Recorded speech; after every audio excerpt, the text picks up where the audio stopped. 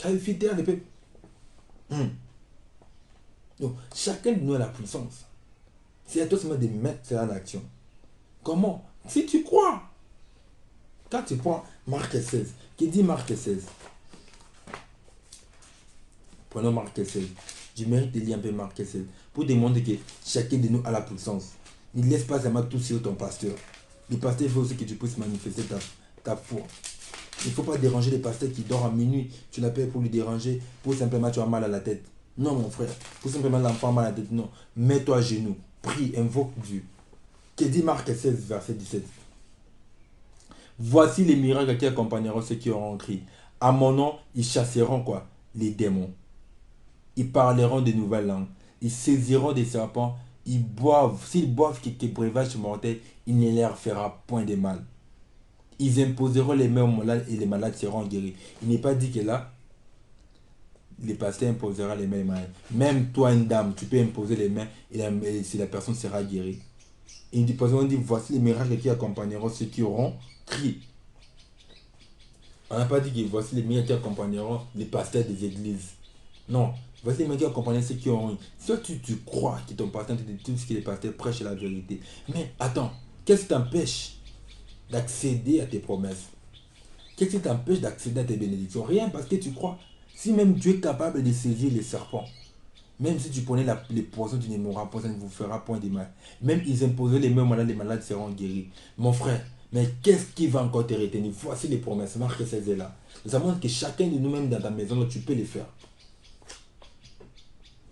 Tu peux appeler à l'existence parce que la foi est une ferme assurance des choses qu'on n'espère, une démonstration de celles qu'on ne voit pas. Une démonstration. Donc la chose que tu ne vois pas, mais tu peux déjà appeler cela à l'existence. Tu peux déjà appeler ton mariage à l'existence. Tu peux déjà appeler tes enfants à l'existence. Tu peux déjà appeler ton poste de présidence à l'existence. Tu peux déjà appeler ton poste à l'existence. Tu peux déjà appeler ton immeuble à la construction à l'existence. Tu peux déjà appeler ta voiture en existence. Qu'est-ce qui t'empêche? Rien. Parce que Marc 16 est là. Marc 16 est là. 16, 17 à 18. Tu liras ça, mon frère. C'est pour toi. Fais taire comme Josué, Caleb ont fait. Mon frère. S'il y a des choses que tu dois savoir, je te lirai ceci, mon frère. Nous sommes en train de chiter déjà. Je me sens mis parce que je sais que cette foi, moi je crois à Marc 16, 17. Moi je crois à les promesses bibliques. Moi je crois que je serai grand. Moi je crois que je suis béni. Maintenant, je vais te citer quelque chose. Je vais te quand même t'orienter à certaines choses. Essaie de veiller un peu sur cela. Regarde cela avec prudence, mon frère. Voilà les quelques principes importants que toi, un chrétien, tu dois savoir. C'est la foi. Que tu dois toujours connaître, c'est la foi. J'aimerais que tu saisis. Parce que c'est déjà la fin. J'aimerais bien que tu saisis. D'abord, il faut savoir que c'est par la foi que tu vis. C'est par la foi que moi je vis. C'est par la foi que nous vivons. C'est par la foi que nous sommes en communion avec Dieu. C'est par la foi que nous sommes agréables devant Dieu. Est-ce que tu le sais? Si tu le sais, dis Amen. J'aimerais entendre ton Amen. Tu dois aussi savoir que la foi voit au-delà de la mort. La foi voit au-delà de la mort. La foi voit même la résurrection. Tu diras, mais comment? Mais prenons l'histoire d'Étienne. Étienne était lapidé. Est-ce qu'Étienne est regretté? N'est-ce pas, Étienne a gardé sa foi même pendant qu'il mourait, pendant qu'on l'a lapidé. Il a vu les ciels s'ouvrir. La Bible a dit qu'Étienne s'est reposé sur la torse de Dieu Tout-Puissant. Mon frère, Étienne se repose sur la torse. Étienne a vu même la résurrection. Il a vu l'autre vie. Pourquoi toi tu as peur de la mort? Ta foi, n'est-ce pas? Ta foi te fait croire que tu seras au ciel. Moi, je crois que je serai au ciel. Toi aussi, crois que tu seras au ciel. Dis Amen. Et un deuxième point que tu dois savoir, la foi ne connaît aucune défaite. La foi n'a pas de défaite. La foi croit toute la parole de Dieu. La foi ne connaît pas de défaite, mon frère. La foi ne connaît pas d'échec. La foi croit aux promesses de Dieu. Croit à toute la parole de Dieu. C'est ça la foi. C'est un des deuxièmes principes que tu dois savoir pour marcher dans la foi. Troisième, oui mon frère, la foi regarde les difficultés. La foi ne nie pas les difficultés. Oui, mon fils est malade. Oui, ma fille est malade. Oui, je suis dans les difficultés. Oui, je manque de moyens. Oui, je marche à pied. Mais ma foi en moi introduit Dieu dans cette situation. Seigneur, je suis en train de marcher à pied. J'aimerais demain ne plus marcher à pied. J'aimerais maintenant être quelqu'un qui est véhiculé. J'aimerais maintenant que mon fils soit guéri. Oui, il est à l'hôpital. Réellement, il est à l'hôpital. Réellement, il est mort. Vraiment, la personne est un proche est mort. Mais la foi de la résurrection, moi j'applique cela. Au nom de Jésus, lève-toi, ressuscite-toi. Jésus devant les tombeaux de Lazare. Ils ont vu qu'il s'était déjà 4 jours, Lazare était déjà pourri. Mais Jésus a vu la résurrection. Il a dit Lazare, ôtez la pierre, ôtez l'incrédulité, c'était ça. La pierre là c'était l'incrédulité, ôte cela. Lazare sort, Lazare n'est pas sorti. Toi aussi ce soir, si tu veux vivre la résurrection, si tu veux vivre des choses merveilleuses, ôte un peu les yeux de l'incrédulité, enlève la pierre. Tu dois savoir, dans la foi, la foi que boya nango makambo wana te. La foi wanga nango mabete. La foi wanga nango difficulté, mais la foi fait quoi? La foi introduit Dieu dans l'affaire. Et la foi introduit Dieu dans la situation. La foi, tu dois aussi savoir que la foi possède une conviction calme. Celui qui a la foi, alengaka te. Quand il y a la vague, les disciples ont eu peur. Mais Jésus était très posé parce qu'il savait qu'il était le maître des tempêtes. La foi est bonne à rater. La foi garde une conviction calme. Et oui, la situation devient de plus en plus catastrophique. Mais attends, possède une conviction calme et tu vaincras. Garde une position calme comme Moïse devant la mer Rouge. Regarde d'abord Dieu. Qu'est-ce que Dieu dit pour cette situation? Moïse a regardé, Dieu lui a dit, pourquoi il crie? Parlez. Pour la mer s'est divisée. La foi possède une conviction calme. Et il dit que j'ai dit, la foi est une ferme assurance de choses qu'on ne connaît pas. Une démonstration de ce qu'on ne voit pas. Tu dois aussi savoir cela. Une assurance. C'est quoi une assurance?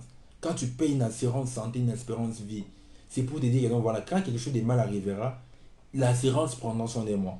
Quand il y a un accident qui arrivera, l'accident prendra son démon. Maintenant, l'assurance dans les choses de Dieu.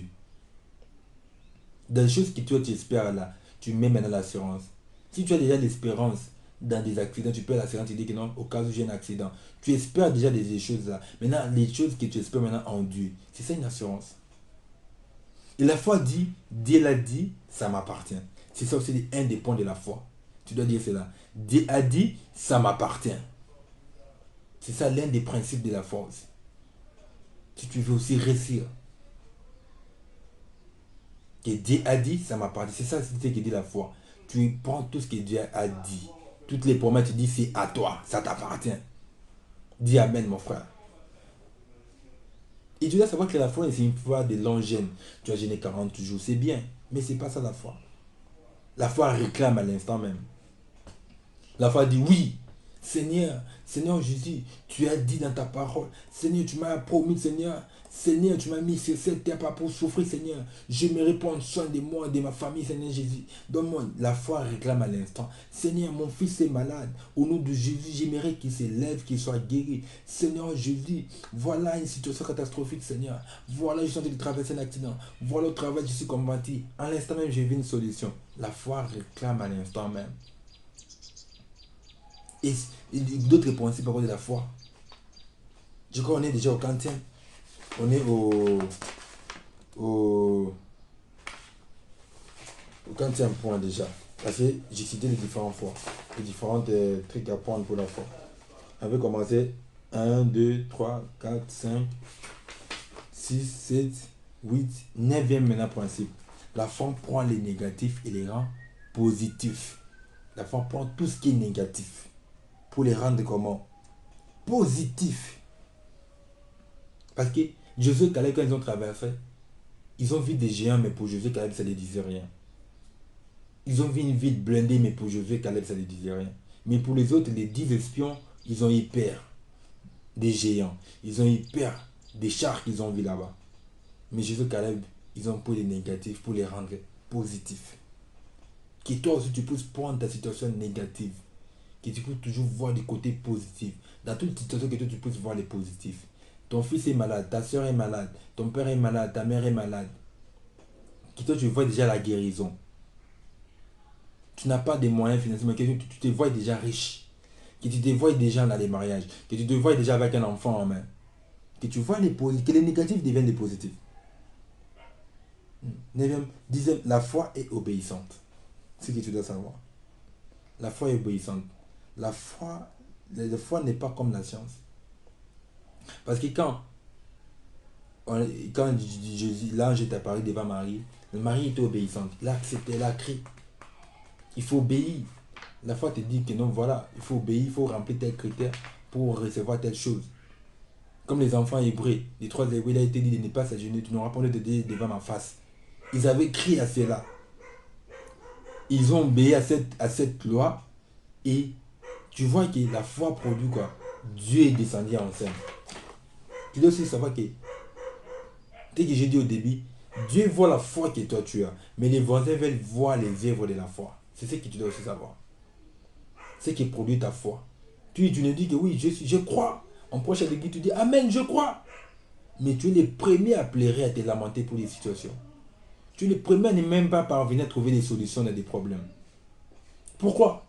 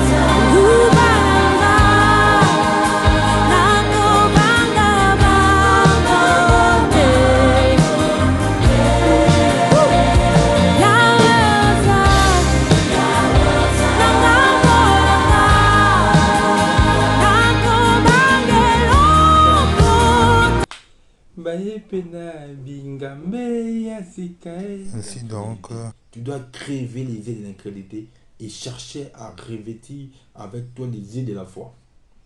Parce que les yeux de la foi, ils toujours gardés par Dieu. Les yeux de la foi ne voient point les difficultés. Les yeux de la foi ne voient que les positifs. Quand on dit tu seras la tête de laquelle il dit oui c'est moi, c'est de moi qu'on parle. C'est ça les yeux de la foi, ce sont les yeux de la foi. Ils sont gardés par Dieu, ceux qui sont gardés dans les promesses de Dieu, ils ne voient point les difficultés. Pourquoi? Parce que la seule chose qui peut vous aider aujourd'hui à avancer, même à vivre, c'est la foi.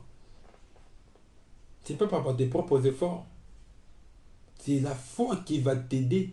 Alors il faut revêtir les yeux de la foi. Où placer la foi? Place ta foi en Dieu, le Tout-Puissant. C'est là qu'il faut placer ta foi. Quand tu places ta foi en Dieu, tu as la solution à tout. Place ta foi en Dieu. L'idée, c'est tout. Si tu ne places pas ta foi en Dieu, mon frère, ma soeur, je t'assure que tu ne réussiras point. Tu n'avanceras point. Tu n'auras rien. Parce que c'est Dieu qui est le créateur des cieux et de la terre. Mais si tu n'as pas la foi en lui. Donc, la seule manière pour toi d'obtenir quelque chose de Dieu, c'est par la foi. C'est par la foi, la seule manière pour toi d'obtenir quelque chose de Dieu, c'est par la foi. Alors crois. Crois. Voilà un peu, c'était ça comme partage, mon frère. Je voulais un peu remonter encore ta foi. Crois la parole de Dieu. Crois en Dieu et tout te sera possible. Voilà. Abonnez-vous massivement. En bas de l'écran, il y a aussi notre numéro WhatsApp qui est là. En cas de suggestion ou quoi, pour ceux qui n'ont pas notre contact, ils peuvent toujours nous contacter. Et soyez bénis au nom de Jésus. Que Dieu vous accorde des solutions à vos problèmes, à toutes les situations que vous avez, que vous trouvez des solutions.